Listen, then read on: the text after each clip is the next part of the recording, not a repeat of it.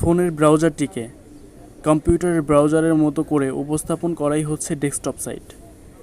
Desktop site open করতে হলে আমাদেরকে প্রথমে আমাদের ফোনের ব্রাউজার ওপেন করতে হবে। সেটা হতে পারে যে কোনো ব্রাউজার। আমি আমার ফোনের গুগল ক্রোম ব্রাউজারটি ওপেন করব। গুগল ক্রোম ব্রাউজারটি ওপেন করার পর আমরা উপরের দিকে 3 ডট মেনু দেখতে পারবো।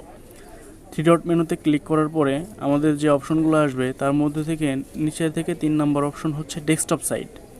ডেস্কটপ সাইটে টিকমার্ক দিয়ে দিলে আমাদের ফোনের ব্রাউজারটিতে ডেস্কটপ সাইট ইনেবল হয়ে যাবে।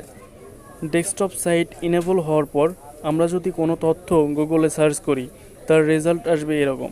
যেমন আমরা এখানে ফুড লিখে সার্চ করব। ফুড লিখে সার্চ করার পর আমাদের সার্চ রেজাল্ট আসবে হুবহু কম্পিউটার স্ক্রিনের মতো।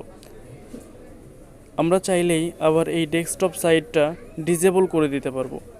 ডেস্কটপ সাইট ডিসেবল করতে হলে আমাদের আবারও গুগল ক্রোমের ডান দিকের 3 ডট মেনুতে ক্লিক করে নিচের দিকে যে ডেস্কটপ সাইটে টিকমার্ক দেওয়া আছে সেই টিকমার্কটা উঠিয়ে দিলেই আমাদের ব্রাউজারটি আগের অবস্থায় ফিরে আসবে।